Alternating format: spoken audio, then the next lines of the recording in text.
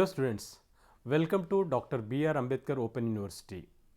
ఈరోజు బిఏ సోషాలజీలోని second year third సెమిస్టర్లోని సామాజిక సమస్యలు అనే అంశంలోని వివిధ చాప్టర్స్ని మనం డిస్కస్ చేస్తున్నాం. సామాజిక సమస్యల్లో ఒక ఇంపార్టెంట్ టాపిక్ ఏమిటి అంటే కనుక నిరుద్యోగం అంటాం. ఈ నిరుద్యోగం అంటే అన్ఎంప్లాయ్మెంట్ అంటే ఏమిటి? ఒక వ్యక్తి తరచూ ప్రయత్నిస్తున్నాడు ఉద్యోగం కోసం, అయినా కానీ ఎటువంటి ఉద్యోగం అతనికి దొరకట్లేదు. అటువంటి సందర్భాన్ని మనం ఏమంటామంటే నిరుద్యోగం అంటాం, లేదా అన్ఎంప్లాయ్మెంట్ అంటాము. ఎంత ప్రయత్నించినా కానీ ఎటువంటి ఉద్యోగం లభ్యం కానప్పుడు ఆ వ్యక్తిని మనం నిరుద్యోగి అని అంటాం. అయితే 2011 జనాభా లెక్కల ప్రకారము సుమారు 1.1 కోట్ల మంది, అంటే ఓ కోటి కంటే ఎక్కువ మంది ఈ నిరుద్యోగులుగా ఉన్నారని అంచనా. అంటే వారు ఎంత ప్రయత్నించినా కానీ, అంటే చదువుకున్నారు, లేకుంటే నైపుణ్యాలు ఉన్నాయి, కానీ వారికి సరైనటువంటి ఉద్యోగ లభ్యత అని జరగట్లేదు.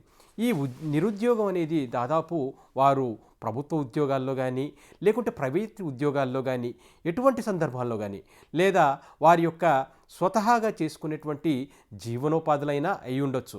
కానీ ఏ వ్యక్తికైనా కానీ ప్రభుత్వంలో కానీ, లేకుంటే ప్రభుత్వేతర సంస్థల్లో కానీ, లేకుంటే ప్రైవేట్ సంస్థల్లో కానీ, లేకపోతే స్వయంగా చేసుకునేటటువంటి జీవనోపాధులు కానీ ఎటువంటివి లేనప్పుడు వాళ్ళందరినీ కూడా మనం నిరుద్యోగులు అని అనటం జరుగుతుంది.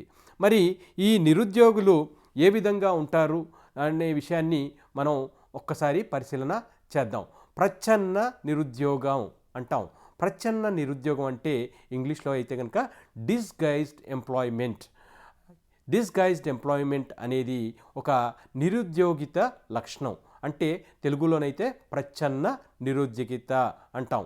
అయితే ఏమిటి అంటే కనుక, ఫర్ ఎగ్జాంపుల్, ఒక వ్యవసాయ భూమిలో కనీసం 4 పనులు చేస్తే సరిపోతుంది.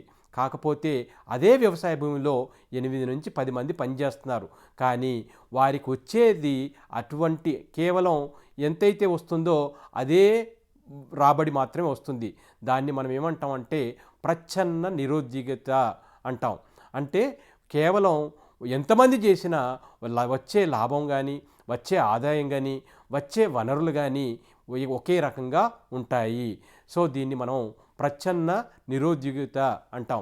ఇక రెండోది కాలానుగుణ నిరుద్యోగిత అంటాం. అంటే ఏమిటి? సీజనల్ అన్ఎంప్లాయ్మెంట్ అంటాం. ముఖ్యంగా మనం భారతదేశంలో గ్రామీణ ప్రాంతంలో చూసినట్లయితే రైతులు కానీ, రైతు కార్మికులు కానీ వాళ్ళకు వచ్చేటటువంటి పని దినాలు కేవలం 7 నెలలు, 6 నుంచి 7 నెలలు మాత్రమే దొరుకుతుంది. మరి పూర్తి 12 నెలలు పని దొరికే అవకాశం లేదు. అంటే మిగతా 4 నుండి 5 నెలలు వాళ్ళు ఖాళీగానే ఉంటున్నారు. మరి దీన్ని మనం ఏమనాలి అంటే కనుక సీజనల్ అన్ఎంప్లాయ్మెంట్ అంటాం. అంటే వారికి కేవలం కొంతకాలం మాత్రమే పని దొరికే అవకాశం ఉంది. ఇక విద్యావంతుల నిరుద్యోగిత అంటే ఏమిటి? అత్యధికంగా విద్యను ఆర్జించినప్పటికీ కూడాను వారికి మంచి నైపుణ్యాలు ఉన్నప్పటికీ కూడా చాలామంది ఉద్యోగం లేకుండా ఉన్నారు. అంటే విద్య వాళ్ళకు ఉంటుంది, కాకపోతే వారికి సరైనటువంటి ఉద్యోగం లభించే అవకాశాలు ఉండవు. దీన్ని మనం ఏమంటామంటే కనుక విద్యార్జిత, అంటే ఎడ్యుకేటెడ్ అన్ఎంప్లాయ్మెంట్ అనే అవకాశం ఉంది. ఇక మరొకటి ఏమిటంటే అల్ప ఉపాధి, అండర్ ఎంప్లాయ్మెంట్ అంటాం. అంటే వారికి సరిపోయేటటువంటి విద్య ఉండి, లేకుంటే నైపుణ్యాలు ఉన్నాయి, కానీ వారికి సరిపోయేటటువంటి ఉద్యోగం రావట్లేదు. ఉదాహరణకు ఒక ఇంజనీర్ చదువుకునేటటువంటి ఒక ఇంజనీర్ చదివేటటువంటి వ్యక్తి, లేకుంటే చదివినటువంటి వ్యక్తి కేవలం ఈరోజు ఒక డెలివరీ బాయ్గా పనిచేస్తున్నాడు. అంటే ఏమిటి? దీన్ని మనం ఏమంటామంటే అండర్ ఎంప్లాయ్మెంట్ అంటాం. అంటే ఇలాంటి పరిస్థితులు కూడా మన దేశంలో మనం చూస్తున్నాం. ఇక మరొక అంశం ఏమిటంటే స్వచ్ఛంద నిరుద్యోగిత. అంటే ఏమిటే, చాలామంది స్వచ్ఛందంగానే ఉద్యోగం చేయడానికి ఇష్టపడరు. ఇలా చేయటం వల్ల కూడా అన్ఎంప్లాయ్మెంట్ అనేది పెరిగిపోతూ ఉంది. వాళ్ళకి విద్య ఉంది, నైపుణ్యాలు ఉన్నాయి, కానీ స్వచ్ఛందంగా వారు ఒక వ్యవస్థ కింద కానీ ఒక ప్రభుత్వం కింద కానీ స్వచ్ఛందంగా కానీ పని చేయడానికి ఇష్టపడరు. ఇది కూడా నిరుద్యోగం యొక్క లక్షణంగా మనం చెప్పుకోవచ్చు. ఇక మరొక అంశం ఏమిటంటే ఆకస్మికంగా నిరుద్యోగిత అంటే ఏమిటి? కొన్ని సందర్భాల్లో ఆకస్మికంగా కూడా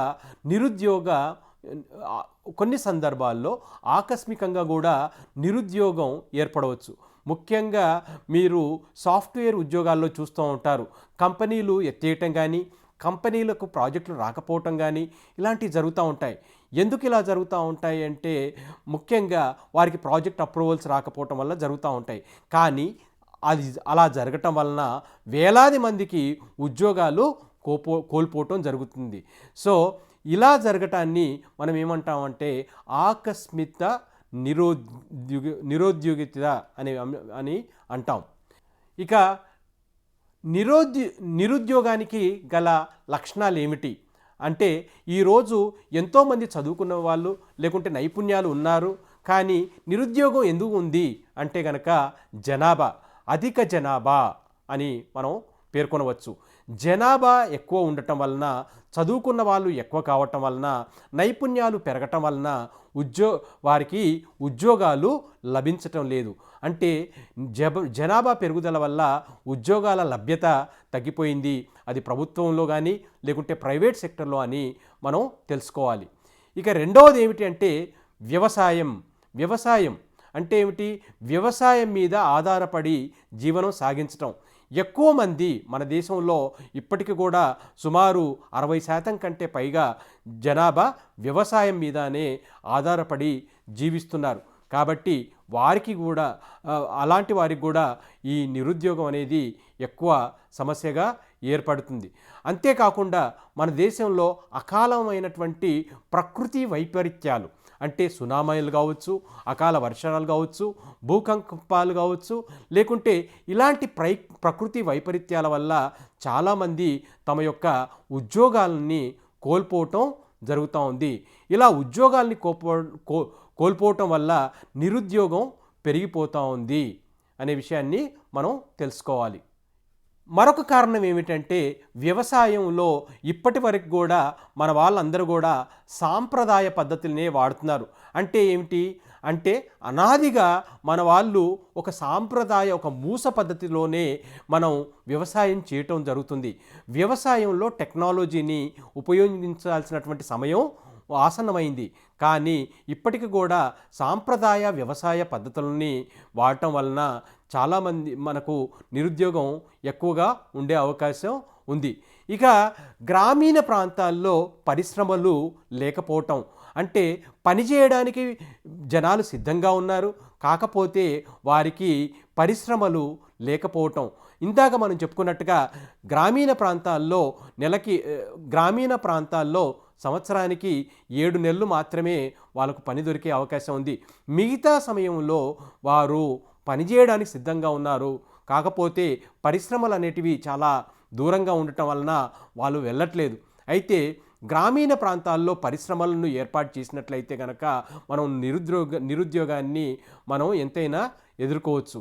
అంతేకాకుండా కుటీర పరిశ్రమలు గ్రామీణ ప్రాంతాల్లో కుటీర పరిశ్రమలు ఏర్పాటు చేసినట్లయితే మనం నిరుద్యోగాన్ని మనం ఎదుర్కోవచ్చు.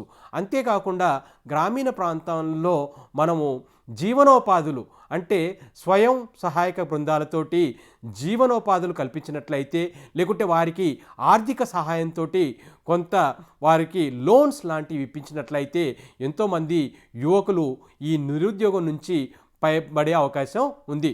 ముఖ్యంగా ఈనాటి పాఠంలో మనం నిరుద్యోగం అంటే ఏమిటి, నిరుద్యోగం యొక్క లక్షణాలు ఏమిటి, నిరుద్యోగాన్ని ఏ విధంగా ఎదిరించాలనే విషయాల్ని మనం తెలుసుకున్నాం. Thank you.